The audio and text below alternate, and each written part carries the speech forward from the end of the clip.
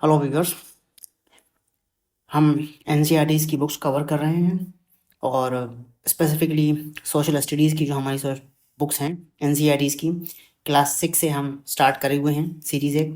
Class 6 की सारी social studies की बुक के वीडियोस बन चुके हैं, चैप्टर्स की वीडियोस बन चुके हैं। हम क्लास 7 की बुक कवर कर रहे हैं और आज हम अपना एक सोशल एंड पॉलिटिकल की बुक का जो है वो हम चैप्टर नंबर 4 करेंगे, यूनिट 3 से चैप्टर नंबर 4 यानी कि growing up as boys and girls, यानी कि एक लड़का और एक लड़की को कैसे जो है वो ग्रो करा जाता है।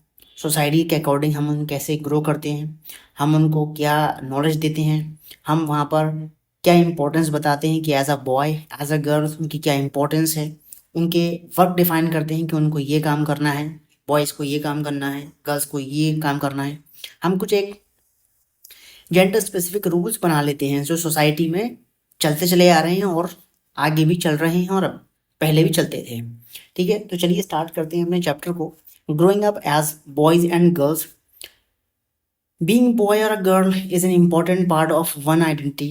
The society we grow up in teaches us what kind of behavior is acceptable for girls and boys, what boys and girls can or cannot do। यानी कि एक लड़का और एक लड़की अगर हम कहते हैं तो वो हम उसकी एक आइडेंटिटी को जो है वो हम डिफाइन कर रहे हैं कि अगर हम किसी को देखते हैं तो हम ये कहते हैं कि ये बॉय है और एक ये गर्ल है, वो एक आइडेंटिटी को एक डिफाइन कर लेते हैं हम। ठीक है, ठीक है। सोसाइटी में क्या होता है, सोसाइटी में हम जो हैं वो कुछ बिहेवियर हैं जो एक्सेप्ट करे जाते हैं लड़कियों के बारे में या बॉयज़ के लड़कों के बारे में। ठीक है, कि लड़के क्या करेंगे, लड़कियाँ क्या करेंगी, क्या वो नहीं करेंगी, लड़के क्या करेंगे, ये सब हम लोग जो हैं वो डिफाइन कर लेते हैं कि भाई लड़कियों का ये रोल है और लड़कों का ये रोल है। ठीक है, अगर हम याद करें पीछे जो चैप्टर था हमारा, उसमें हमने कुछ स्टेटमेंट दे रखे थे, कुछ 8 स्टेटमेंट्स दे रखे थे। तो उसमें हमने डिफाइन करा था कि लड़कियाँ शाय नेचर की होती हैं, लड़के जो हैं वो रोते नहीं हैं। ठीक है, लड़कियां जो होती हैं बड़ी ही पोलाइट एटीट्यूड होना चाहिए उनका, लड़के जो हैं वो थोड़ा सा रूड बात करते हैं, एटीट्यूड उनका जो है थोड़ा सा स्ट्रिक्टनेस वाला होता है। ठीक है, लड़के जो होते हैं वो थोड़ा सा नॉटी नेचर होते हैं। तो ये हमने पीछे कुछ स्टेटमेंट्स पढ़े थे। ठीक है, क्लास 6 में हमने स्टेटमेंट्स ये पढ़े थे। ठीक है, तो ये सब हम लोगों ने एक थिंकिंग बना ली है, इस तरीके से डिफाइन करते हैं हम लड़के और लड़कियों को। We often grow up thinking that these things are exactly the same everywhere. हम ये मानते हैं, ये जो हमारी जो सोच है, जो हमारी थिंकिंग है ना, ये बिल्कुल सेम है हर जगह एक जैसी। यानी हम अपने आस पड़ोस की लोकेलिटी में देख लें, अपनी सोसाइटी में देख लें, या हम दूसरे डिस्ट्रिक्ट में या दूसरे स्टेट में या दूसरे कंट्री में भी अगर हम देख लें, तो यही थिंकिंग हम लोग मान के चलते हैं कि ये सब जो हम कर रहे हैं आज, वो पहले दूसरी कंट्रीज में भी होता चला जा रहा है और जो है हमारे एक सोसाइटी में ये एक बिहेवियर एक्सेप्टेबल हो गया है। But do all societies look at boys and girls in the same way. एक सवाल आता है, जो हम सोच रहे हैं कि ये थिंकिंग हमारी सही है, क्या सोसाइटीज वाकई में जो है वो ये एक्सेप्ट कर लेती हैं, क्या सारी सोसाइटी जो है वो लड़का और लड़की को क्या एक जैसा देखती हैं, ये एक सवाल है। We will try and answer this question in this chapter. इसका हर जवाब हम इस चैप्टर में फाइंड आउट करेंगे। We will also look at how the different poles assigned to boys, sorry not poles, it roles, different roles assigned to boys and girls prepare them for their future roles as men and women। हम यहाँ पर ये भी define करेंगे कि जो different roles हम लोगों ने असाइन कर लिए हैं कि भाई लड़कों को ये करना है, लड़कियों को ये करना है, ये समझते हुए कि इनके जो हम जो डिसाइड कर रहे हैं ये इनके फ्यूचर रोल हैं, कि जब एक लड़का बड़ा होके एक आदमी या एक मैन बन जाएगा, या लड़की जब बड़ी होके एक वुमेन यानी कि एक लेडी या एक औरत बन जाएगी, तो वो जो हमने डिज़ाइन कर रखे, जो हमने रोल्स असाइन कर रखे हैं, ये उनको उनके फ्यूचर में हेल्प करेंगे। ठीक है, we will learn that most of societies value man and women differently. ये भी हम लर्न करेंगे कि कई सारी ऐसी सोसाइटीज़ हैं जो एक मैन को और एक वुमेन को जो है वो अलग तरीके से देखती हैं। The roles women play and the work they do are usually valued less than the roles man play and the work they do.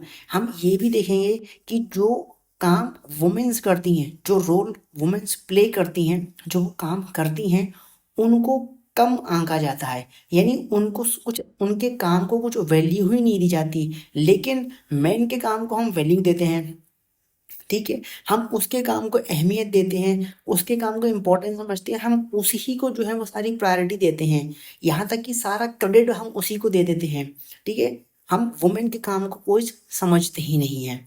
This chapter will also examine how inequalities between main and women emerge in the area of the work. और ये chapter में हम examine करेंगे कि किस तरीके से inequality जो है वो एक मैन और वुमेन में इमर्ज हुई है in the area of the work, यानी काम की किसी भी फील्ड में, किसी भी क्षेत्र में अगर हम देखेंगे तो वहाँ पर मेन और वुमेन्स में जो है वो कुछ इनइक्वालिटीज भी जो है वो इमर्ज हो गई हैं, जो कि हम इस चैप्टर में एग्जामिन करेंगे।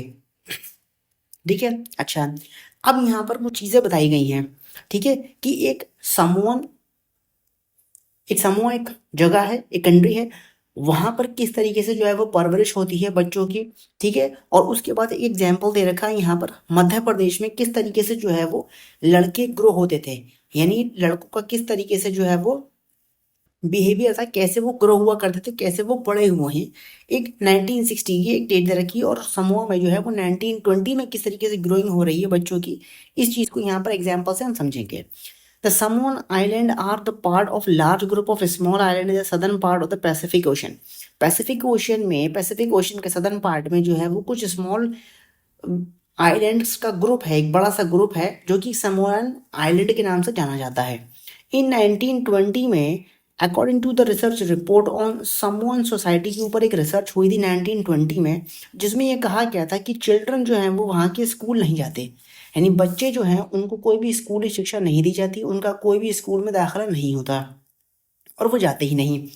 They learned many things such as how to take care of children or do household work from elder children and from adults. बच्चे जो हैं वो वहाँ के बहुत सी चीज़ें सीखते हैं, कैसे बच्चों की देखभाल करते हैं, उनके बड़े भाई बहन और या जो घर के जो ओल्ड चिल्ड्रन से जो एडल्ट हैं वो कैसे जो है वो उनकी देखभाल करते हैं, कैसे वो काम करते हैं, हाउस होल्ड यानी घरेलू काम जो करते हैं घर के, वो सब काम जो है वो सीखते हैं अपने बड़े भाई बहनों से, छोटे बच्चे या अपने घर के बड़े एडल्ट से। ठीक है, fishing was a very important activity on the island. Fishing यानी कि जो मछलियाँ पकड़ने का जो है वो एक इम्पॉर्टेंट एक्टिविटी है उनकी, वहाँ के लोग ज़्यादातर जो है वो फिश कैचिंग में इन्वॉल्व होते हैं। Young people therefore learned to undertake long fishing expeditions, but they learned these things at a different point in their childhood. यानी कि जो नौजवान लोग होते हैं वो जो होते हैं वो लॉन्ग फिश एक्सपेडिशंस पर जाते हैं, यानी कि बड़ी बड़ी जर्नियाँ करते हैं, मछलियाँ पकड़ के लेकर आते हैं, और ये सारी चीज़ें जो है वो एक अलग अलग चाइल्डहुड के जो स्टेजेस हैं उनमें वो अलग अलग तरीके से उन चीज़ों को सीखते हैं। ठीक है, as soon as babies could walk their mothers और other old adult no longer looked after them. अब क्या चीज़ है, ये कह रहा है कि जब जो बेबीज होते हैं, जो छोटे छोटे बच्चे होते हैं, जब वो बड़े होते हैं और बड़े होकर जब वो वॉक करना शुरू कर देते हैं तो उनकी जो माएँ होती हैं या जो दूसरे एडल्ट होते हैं वो उनकी देखभाल नहीं करते, यानी कि जो माएँ हैं और जो बड़े बुजुर्ग हैं वो बिल्कुल फारिग हो जाते हैं, वो फ्री हो जाते हैं जैसे ही बच्चे अपने पैरों पे चलना शुरू कर देते हैं। Older children often as young as 5 year old took over their responsibility. क्या होता है, अब इनकी देखभाल कौन करता है बेबीज की, क्योंकि माँ और एडल्ट तो फ्री हो जाते हैं, तो इनकी देखभाल जो है की जिम्मेदारी जो होती है वो इनके बड़े भाई बहनों पर होती है, यानी कि ओल्डर चिल्ड्रंस, और जो खासतौर पे 5 साल तक के जो बच्चे हो जाते हैं उनके ऊपर ये जिम्मेदारी आती है कि वो अब छोटे अपने भाई बहनों को देखते हैं, उनकी टेक केयर करते हैं। Both boys and girls looked after their younger siblings, दोनों ही, चाहे वो लड़का हो या लड़की हो, वो अपने यंगर सिबलिंग्स की देखभाल करते हैं। बट लेकिन by the time a boy was about 9 year old, लेकिन जैसे ही जो वो लड़का होता है वो 9 साल की एज पर आ जाता है तो वो अपने बड़े ओल्डर बॉयज़ को जो है वो ज्वाइन करता है, उनके साथ आउटडोर एक्टिविटीज़ में इन्वॉल्व होता है, जैसे कि फिशिंग में, जैसे कि प्लांटिंग कोकोनट्स में, इनमें वो इन्वॉल्व हो जाता है। यानी कि पहले छोटा था तो अपने भाई बहनों को संभालेगा, थोड़ा बड़ा हुआ तो बाहर के काम, यानी कि जैसे मछलियाँ पकड़ना या कोकोनट्स की प्लांटिंग करना, ये सब उसके आउटडोर जॉब्स होने लगते हैं। Girls had to continue looking after small childrens और do errands for adult till they were teenagers। लड़कियां जो होती हैं वो लगातार जो होती हैं वो अपने भाई बहनों को देखती रहती हैं, इन्हें अपने छोटे जो चिल्ड्रंस हैं, जो छोटे हुए भाई बहन हैं, उनकी वो देखभाल करती हैं। और घर के जो छोटे मोटे हाउस होल्ड वर्क होते हैं, एरेंट्स का मतलब होता है छोटे हाउस होल्ड, घर के काम, स्मॉल हाउस होल्ड वर्क्स। तो उन छोटे मोटे कामों में जो होती हैं वो देखभाल करती हैं, काम को करती हैं। और जब तक कि वो टीनेज नहीं हो जाती, जब तक कि जो है वो एक जो है वो टीनेज, जब तक कि वो 14 ईयर्स के पास नहीं हो जाती, तब तक जो है वो अपने छोटे छोटे भाई बहनों को वो देखती हैं और घर के छोटे मोटे जो घरेलू वर्क हैं उनमें वो इन्वॉल्व रहती हैं। But once they became teenagers they had much more freedom. लेकिन जैसे ही जो है वो टीनेजर्स की एज पे आ जाती हैं, तब उनके पास थोड़ी सी फ्रीडम और होने लगती है। At the age of the 14 की एज पर और उससे ऊपर में girls also went on fishing trips. लड़कियां जो होती हैं वो फिशिंग ट्रिप्स पर भी जाती हैं। लड़कियां भी जो है वो मछलियां पकड़ने जाती हैं और प्लांटेशन में जो है वो काम करती हैं। और उन्हें कंडीए बनाना सिखाया जाता है, नहीं कंडीए नहीं, कंडीए जो बास्केट्स होती हैं वो बनानी सिखाई जाती हैं। ठीक है। Cooking was done in special cooking houses where boys were supposed to do most of the work while girls helped with the preparations. वहाँ पर लड़कियाँ जो होती हैं, लड़कियों के लिए कुछ स्पेशल कुकिंग हाउसेज भी होते हैं। लड़कियों नहीं, कुकिंग के लिए, खाना बनाने के लिए कुछ स्पेशल कुकिंग हाउसेज होते हैं जहाँ पर लड़कों को भी काम करा जाता है और लड़के भी काम करते हैं। और साथ ही साथ जो होती हैं लड़कियाँ उनको हेल्प करती हैं प्रिपरेशन में, जैसे भी जो भी खाना बनाने की जो तैयारी होती है उनमें लड़के और लड़कियाँ दोनों मिल के काम करते हैं। ठीक है। तो ये आप देख रहे हैं कि किस तरीके से जो है वो एक बच्चे को ग्रो करा जाता है। बच्चा बड़ा होता है, उसके बाद जो है वो धीरे धीरे जो है वो वहाँ पर बड़ा होने के साथ साथ जो है, पहले तो छोटा होता है तो उसके भाई बहन उसकी देखभाल रखते हैं। जब वो बड़ा हो जाता है 5 साल का, तो वो 5 साल होने के बाद अपने छोटे भाई बहनों का ख्याल रखता है। ठीक है। और जब वो 9 साल की एज पर की हो जाता है, तब वो और जो है वो फिशिंग के और प्लांटिंग्स के जो है वो काम करना शुरू कर देता है। लड़कियों के साथ भी ऐसे ही है, लड़कियां जब तक टीनेज की एज पर हो जाती हैं तब तक वो अपने भाई बहनों का ख्याल रखती हैं और घर के छोटे मोटे काम करती हैं। बड़ी हो जाएंगी, थोड़ी सी फ्रीडम हो जाएगी, तो वो फिशिंग के लिए चली जाएंगी, कंडियाँ बनाना सीख लेंगी, प्लांटेशन में काम करने लगेंगी। ठीक है। तो ये इस तरीके से आप देखना 1920 में एक समोना आइलैंड पे बच्चों की परवरिश कैसे हो रही थी। ठीक है। अब यहाँ पर एक क्लास 6 का एक समोन चाइल्ड दिख रहा है अपनी स्कूल यूनिफॉर्म में। ये 1920 की बात है। ठीक है। बाद में हो सकता है चेंजेस आए हों तो आप जाते हों बच्चों वहाँ पर। ठीक है। तो ये 1920s का एक ग्रोइंग अप दिखाया गया है। ठीक है। अब हम एग्जाम्पल देख लेते हैं भाई मध्य प्रदेश में मेल्स को किस तरीके से ग्रो करा जा रहा था, बच्चे वहाँ के लड़के जो हैं वो कैसे ग्रो हो रहे थे। The following is adapted from a account of experience of being in a small town in Madhya Pradesh in 1960। 1960 से ये एग्जाम्पल 1960 के मध्य प्रदेश के टाउन में जो है वो एक एक्सपीरियंस को जो है वो बताया गया है यहाँ पर कि ये उनका वहाँ पर क्या उनकी एक्सपीरियंस थी, क्या उनका फील्ड देखा तजुर्बा था, उनका ऑब्जर्वेशन थी। From class 6 onward, Chhathi class से लड़के और लड़कियां जो थी वो एक सेपरेट स्कूल में जाया करते थे। क्लास 6 से लड़कों का अलग स्कूल, लड़कियों का अलग स्कूल हो जाया करता था मध्य प्रदेश में 1960s के टाइम में। The girls school was designed very differently. Girls school, लड़कियों का स्कूल जो था वो बहुत ही अलग तरीके से जो है वो डिजाइन होता था लड़कों के स्कूल कंपैरिजन में। लड़कों के स्कूल का इंफ्रास्ट्रक्चर अलग तरीके से है, लड़कियों के स्कूल का इंफ्रास्ट्रक्चर जो है वो अलग तरीके से है। They had central courtyard where they played in total seclusion and safety from the outside world. क्या कह रहे हैं, ये कह रहे हैं कि उनका स्कूल जो था वो अलग तरीके से डिजाइन था। ठीक है। उनके स्कूल में जो है वो एक सेंटर में आंगन हुआ करता था। सेंटर में एक आंगन कहें या हम एक प्लेग्राउंड कहें, लड़कियों की बात कर रहे हैं, लड़कियों के स्कूल में एक सेंटर में जो है वो एक आंगन हुआ करता था, कोर्टयार्ड, एक प्लेग्राउंड, जहाँ पर वो है वो टोटल सेक्लूजन में खेलती थी। टोटल सेक्लूजन का मतलब in a state of being private, यानी कि बिल्कुल एक तरीके से तन्हाई में, उनको कोई वहाँ पर जो है वो किसी बाहरी जो है वो दुनिया से कोई कांटेक्ट एक तरीके से नहीं था। वो अपने स्कूल में लड़कियाँ अपने साथ, लड़कियों पूरे एक ग्रुप के साथ वो अपना वहीं पर अपना एक्टिविटी करती थी, खेलती कूदती थी। एंड और सेफ्टी साथ, बाहर की से बिल्कुल सेफ, बाहर की सोसाइटी से बिल्कुल वो सेफ रह के अपने स्कूल के कोर्टयार्ड में खेला करती थी। Boys' school had no such courtyard and our playground was just as big space attached to the school। लड़कों का जो स्कूल ग्राउंड था वहाँ पे कोई भी कोर्टयार्ड नहीं था, कोई भी आंगन नहीं था। स्कूल का प्लेग्राउंड जो था वो जस्ट स्कूल के बराबर में ही अटैच हुआ करता था, ओपन। ठीक है। अगर मैं एक तरीके से आपको इंफ्रास्ट्रक्चर दिखाऊं इस तरीके से कि एक स्कूल है आपका, ये स्कूल है, ये स्कूल की बिल्डिंग है, तो स्कूल की ठीक बिल्डिंग में आपके यहाँ पर ये एक हो गया उनका कोर्टयार्ड। ये उनका एक कोर्टयार्ड हो गया, यहाँ पर लड़कियां खेला करती थी। जबकि लड़कों का क्या हिसाब किताब था, लड़कों का स्कूल अगर यहाँ पर है तो उनके पड़ोस में जो है वो पूरा यहाँ पर एक ये प्ले ग्राउंड है, ये है उनका स्कूल और ये है उनका प्ले ग्राउंड। ठीक है, तो ये लड़कों का स्कूल बना हुआ था, ये लड़कों का स्कूल था और ये इंफ्रास्ट्रक्चर लड़कियों के स्कूल का यहाँ पर था। ठीक है, आगे देखते हैं। Every evening once school was over, हर शाम जब स्कूल खत्म होता था, boys watched as hundreds of school girls crowded the narrow street. लड़के देखते थे कि हजारों की सॉरी सैकड़ों की संख्या में लड़कियां जो थी वो पूरे झुंड के साथ जो है वो एक नैरो स्ट्रीट, एक पतली सी गली में जो है वो चली जाती थी, निकलती हुई जाती थी। As these girls walked on street they look so purposeful, यानी कि जैसे लड़कियां सीधी सीधी जो है वो स्ट्रीट पर जा रही हैं तो उनका एक पर्पस नजर आ रहा है। क्या पर्पस है? पर्पस उनका ये है कि वो सीधे जो है वो स्कूल से घर और घर से स्कूल, सीधा एक ये मोटिव है बस इनका।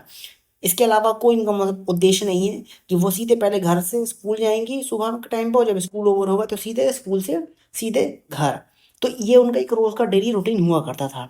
This was unlike the boys who used the street as a place to stand around idling, to play, to try out tricks with their bicycles।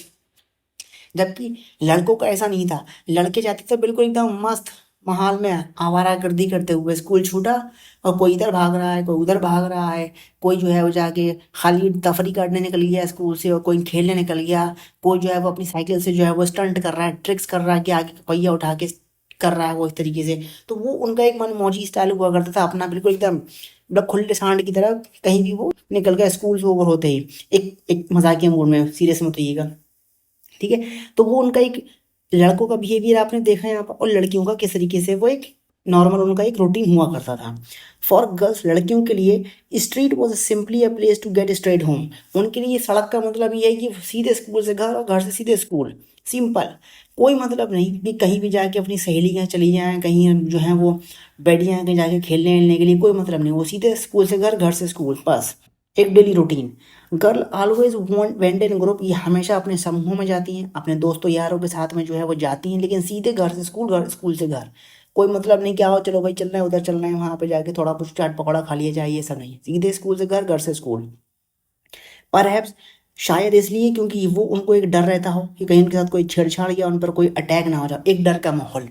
ठीक है, जो एक कॉमन सी सिचुएशन हो जाती है अक्सर आज की सोसाइटी में अगर हम देखें तो। ये तो फिर भी जो है वो 1960s की बात है, तो पहले तो इतना क्योंकि एरिया थोड़ा सा 1960s के एरिया में इतना डेवलप नहीं था। ठीक है, स्कूल भी अच्छे खासे जो थे वो दूर दूर हुआ करते थे, तो उनको डिस्टेंस, तो इसीलिए एक तरीके का डर, एक सेफ्टी के तौर पर वो सीधे अपने घर से स्कूल और स्कूल से सीधे घर।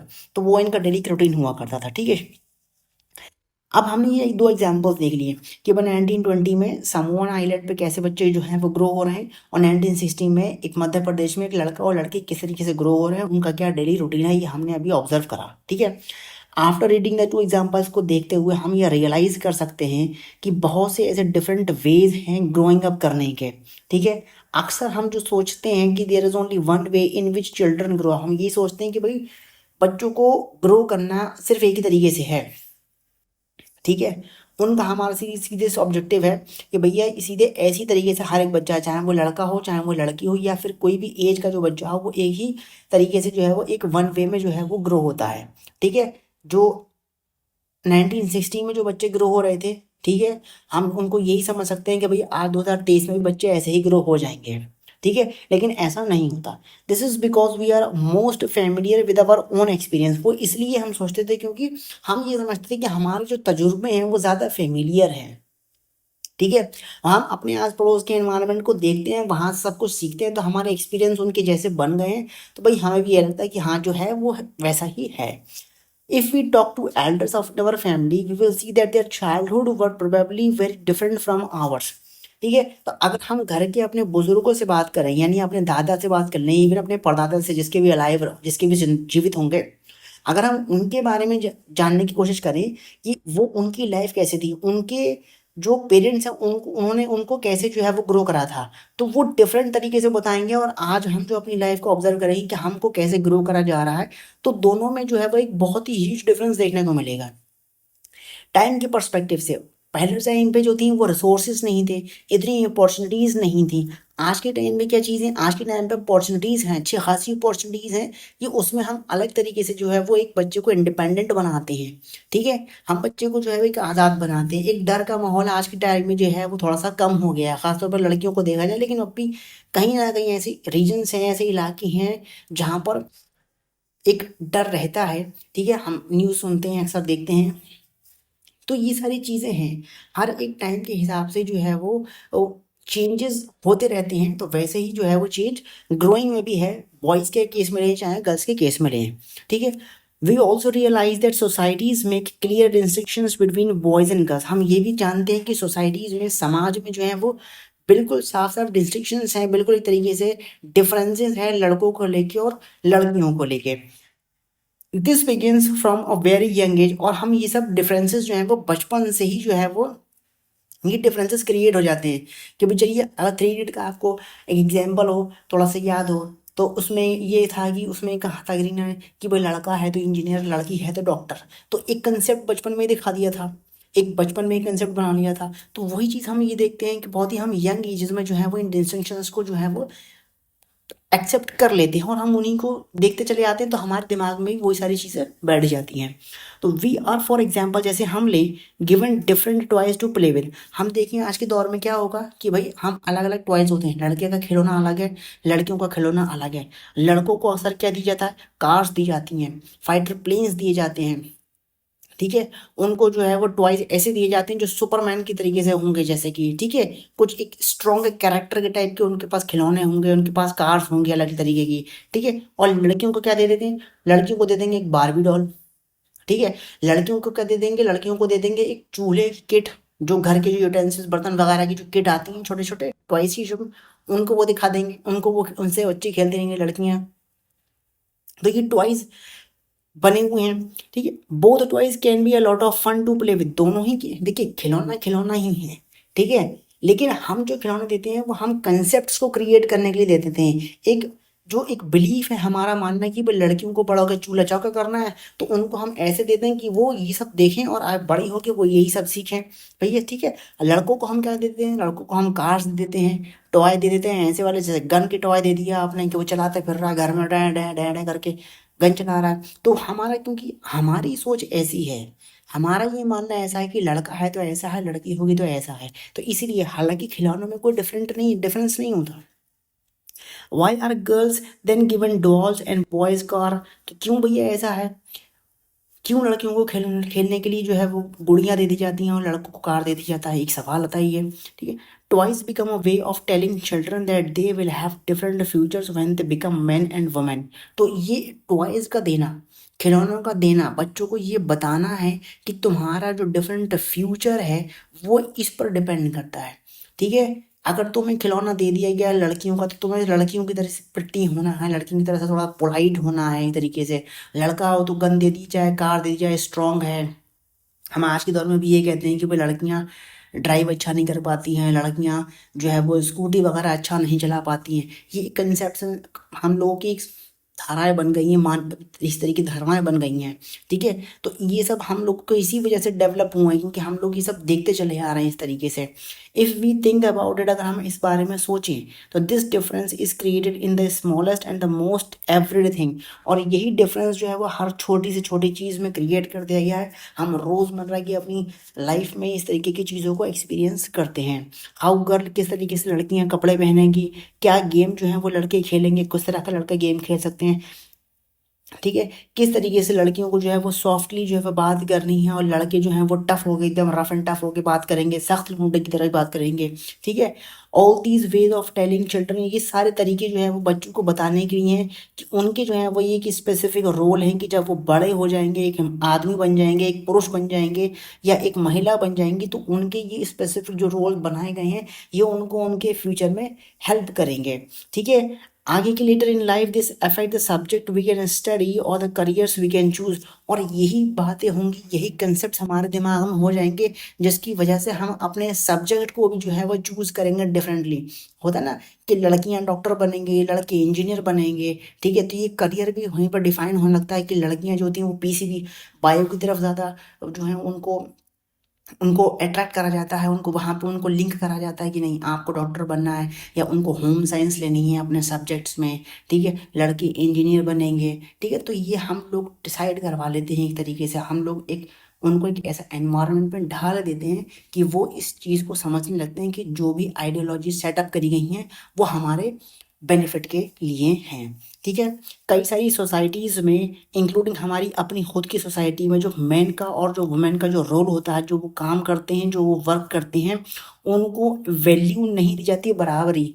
हम ये कहते हैं कि भाई औरतों का काम क्या है, कोई काम नहीं है, उनको क्या है, उनको तो बस ऐसे इनकी लाइफ है। लड़के को हम मेन ज़्यादा काम जो होता है वो लड़के का होता है, लड़के को थोड़ा सा काम ज़्यादा करना पड़ता है, ठीक है। तो हम उसको प्रायोरिटी दे देते हैं, मैन के वर्क को हम ज़्यादा प्रायोरिटी देते हैं, ठीक है। हम कोई वैल्यू ही नहीं करते। इवन हम की देख लें कि एक ही एनवायरनमेंट में, कि एक ही जो है वो एक इस जॉब एरिया में जो है वो एक, अगर मेन और वुमेन साथ में काम कर रहे हैं, तो हम ये देखते हैं कि मेन के ऊपर ज़्यादा प्रायोरिटी होती है, वुमेन के ऊपर ज़्यादा प्रायोरिटी नहीं दी जाती, उनको उनके काम को इम्पोर्टेंट नहीं समझा जाता है। Main and women do not have the same status, same status भी नहीं होता। हम ये भी देखते हैं कि जो मेन होता है उसको सीनियर रखा जाता है एक वर्किंग एरिया में, और वुमेन को जो है वो थोड़ा सा इन्फीरियर रखा जाता है, उनको लोअर पोस्ट होती है, ठीक है। उनको छोटा मोटा जो है वो एक तरीके से रिसेप्शनिस्ट, एक तरीके से बॉस का रोल नहीं होता। एक कॉमन कंसेप्ट है, ठीक है।